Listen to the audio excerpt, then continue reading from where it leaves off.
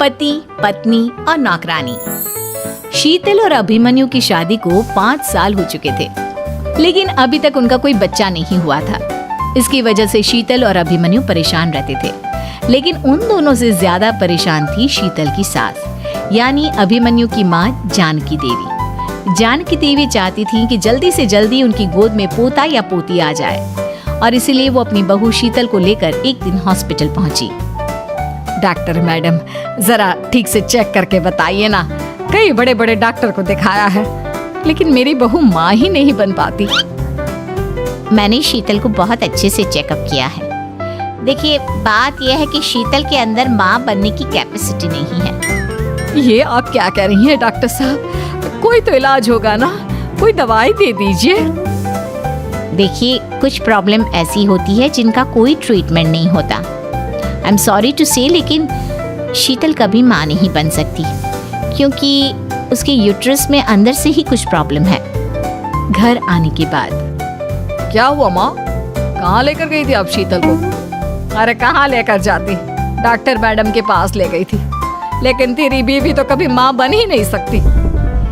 Mummy जी, इसमें मेरी क्या गलती? अगर अंदर से कोई प्रॉब्लम है तो उसमें मैं भी कुछ नहीं कर सकती। जानती हूँ, ये बात डॉक्टर के मुंह से सुन चुकी हूँ। अब दोबारा मेरे सामने इस बात का गाना मत गा। अरे माँ, परेशान होने की जरूरत नहीं है, हम सोचते हैं ना कुछ। अरे क्या सोचेगा तू? जब डॉक्टर कह चुका है कि तेरी बीवी माँ नहीं बन सकती, तो बता क्या सोचेगा तू? कहाँ से लाएगा बच्चा? माँ, ये तो मैं भी नहीं जानता। अभिमन्यु, क्यों ना हम अनाथ आश्रम से एक बच्चा गोद ले आए? क्या फर्क पड़ता है बच्चा हमारा हो या गोद लिया हुआ? आई बड़ी बातें बनाने वाली। क्या फर्क पड़ता है? अरे क्यों फर्क नहीं पड़ता? मुझे इस वंश को आगे बढ़ाने के लिए मेरे बेटे का खून चाहिए, किसी दूसरे का नहीं। लेकिन माँ, आप जानती हैं कि ये अब पॉसिबल नहीं है। मैं कुछ नहीं जानती। मैं किसी पराये की औलाद को इस घर में अपना पोता या पोती बन के बढ़ता हुआ नहीं देख सकती। मेरा वंश मेरे बेटे के खून से ही आगे बढ़ेगा। लेकिन मम्मी जी, ऐसा कैसे हो पाएगा? आप अच्छी तरह जानती है ना, मेरा और अभिमन्यु का बच्चा नहीं हो सकता। तो मैं अपने बेटे की दूसरी शादी करवाऊंगी और अपनी दूसरी बीवी से ये मुझे बच्चा पैदा करके देगा। ये आप क्या कह रही हैं माँ?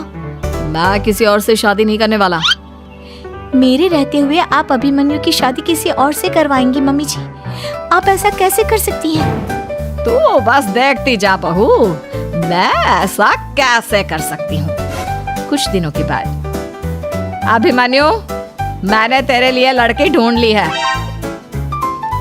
माँ, मैं आपको कितनी बार समझाऊं? मुझे किसी से शादी नहीं करनी है। पहले मेरी बात सुन। ये जो चमेली है ना, हमारे घर में काम करने आती है, वो तुझसे शादी करने के लिए तैयार है। मम्मी जी, आप अभिमन्यु की शादी एक नौकरानी के साथ करवाएंगी? वो इसलिए क्योंकि चमेली दिखने में बहुत खूबसूरत है, बच्चा भी सुंदर ही होगा। मम्मी जी, लेकिन एक बच्चे के लिए अपने बेटे की शादी नौकरानी के साथ करवाना, क्या ये सही है? अगर अभिमन्यु ने शादी नहीं की ना, तो मैं अपनी जान दे दूंगी। अब देख लो, अगर तुम्हें अपनी माँ की जान प्यारी है तो तुम्हें इस नौकरानी के साथ शादी करनी ही होगी। इस तरह जानकी देवी अपने बेटे अभिमन्यु की शादी नौकरानी चमेली के साथ करवा देती है। कुछ दिनों के बाद, नौकरानी से मालकिन बन के तो मजा आ गया। अब तो मैं इस घर की मालकिन हूँ। देखो, अपने आप को ज्यादा मालकिन समझने की कोशिश मत करो। एक बार तुम्हारा और अभिमन्यु का बच्चा इस दुनिया में आ जाए, उसके बाद तुम इस घर से हमेशा के लिए चली जाना। अरे जाओ जाओ, किसी और के आगे बातें बनाना। एक बच्चा तो पैदा नहीं कर सकी, बढ़िया आई। जाओ जाकर मेरे लिए कॉफी बना कर लाओ। नौकरानी मैं हूँ या तुम? मम्मी जी, देखिए ना शीतल मुझसे किस तरह से बात कर रही है। शीतल, तुम्हें पता है ना चमेली प्रेग्नेंट है, मेरे बेटे के बच्चे की माँ बनने वाली है। वो जैसा कहती है वैसा करो। लेकिन मम्मी जी, वो मुझे नौकरों की तरह ट्रीट कर रही है। अरे तो करेगी ना, वैसे भी बहू तुम हो किस काम की? एक बच्चा तो पैदा नहीं कर सकती। जाओ अब घर के सारे काम करो और चमेली को आराम करने दो। थैंक यू मम्मी जी, भगवान आपका भला करे। आप नहीं होती तो मैं नौकरानी से महारानी कैसे बनती? देखो, तुम्हें जो चाहिए सब मिलेगा। खूब खाओ पियो मजे की जिंदगी जियो, लेकिन बस मुझे एक बच्चा पैदा करके दे दो। कुछ दिनों के बाद, मम्मी बच्चे के लिए आपने मेरी शादी चमेली के साथ करवा तो दी, लेकिन दिन और रात का चैन मिट गया है। सारा दिन शीतल और चमेली की बहस चलती रहती है। अब शीतल को इस घर में रखने से क्या होगा? मैं तो कहती हूँ उसे घर से निकाल दो, है भी किस काम की। मैं ऐसा नहीं कर सकता माँ, वो मेरी पत्नी है, उससे बहुत प्यार करता हूँ मैं। तुम्हारी पत्नी चमेली है, चमेली उससे प्यार करो। अरे तुम्हारे बच्चे को जन्म देने वाली है वो। अभिमन्यु, मैं खुद ही इस घर से चली जाती हूँ। वैसे भी अपने ही घर में नौकरों की तरह रहकर परेशान हो चुकी हूँ। घर की नौकरानी मेरे ऊपर हुक्म चलाती है, वो तुम्हारी पत्नी बन चुकी है। अब मेरा इस घर में क्या काम? अभिमन्यु के बार बार रोकने पर भी शीतल उस घर से चली जाती है। कुछ दिनों के बाद चमेली एक बच्चे को जन्म देती है। भगवान ने मेरी सुन ली, मेरे बेटे का घर भर गया, उसका अपना बच्चा इस दुनिया में आ गया। मम्मी जी, बच्चे को हाथ लगाने से पहले मेरी एक शर्त तो सुन लो। तुम कहना क्या चाहती हो चमेली? आपकी मम्मी को बहुत शौक था ना अपने पोते को खिलाने का। अब देखो, इस दुनिया में हर चीज की कोई ना कोई कीमत तो होती है। तुम अपनी आधी प्रॉपर्टी मेरे नाम कर दो, बच्चा तुम्हारे नाम। अरे लेकिन मैंने अपने बेटे से तुम्हारी शादी करवाई है, अब ये सौदेबाजी कहाँ से आ गई? जो औरत अपनी बहू को घर से निकाल कर एक नौकरानी के साथ अपने बेटे की शादी करवा दे, वो तो सौदेबाजी कर ही सकती है ना। उसका कैसे भरोसा कर सकते हैं? मुझे बस आप लोगों की प्रॉपर्टी चाहिए, उसके बाद ही बच्चे को आप हाथ लगा सकती हैं।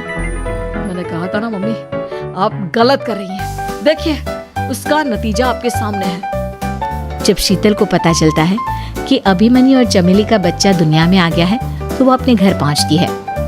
अभिमन्यु, कहाँ है आपका बच्चा? क्या मैं उसे देख सकती हूँ? कुछ भी मत पूछो शीतल, माँ की हुई एक गलती हम लोगों पर भारी पड़ रही है।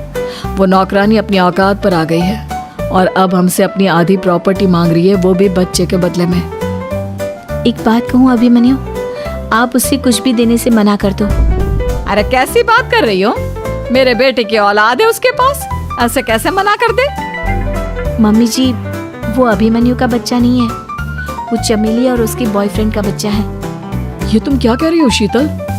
ये देखिए वीडियो, चमेली और उसका बॉयफ्रेंड आपस में बातें कर रहे हैं कि उन दोनों ने मिलकर आपको बेवकूफ बनाया है और अब इस बच्चे के बदले आपसे प्रॉपर्टी भी हड़प लेंगे। हे भगवान, ये मुझसे क्या हो गया? ना तो बच्चा मिला और अपने बेटे की नौकरानी के साथ शादी करवा दी सो अलग। अब क्या होगा? मुझे माफ कर दो शीतल, मेरी वजह से तुम्हें बहुत तकलीफ हुई है। अभिमन्यु, मैंने कहा ना, उस नौकरानी को उसके बच्चे सहित इस घर से बाहर निकाल दो। लगता है मेरे अभिमन्यु का बाप बनने का सपना अधूरा ही रह जाएगा। अभिमन्यु, अपनी मम्मी से कहो कि परेशान ना हो।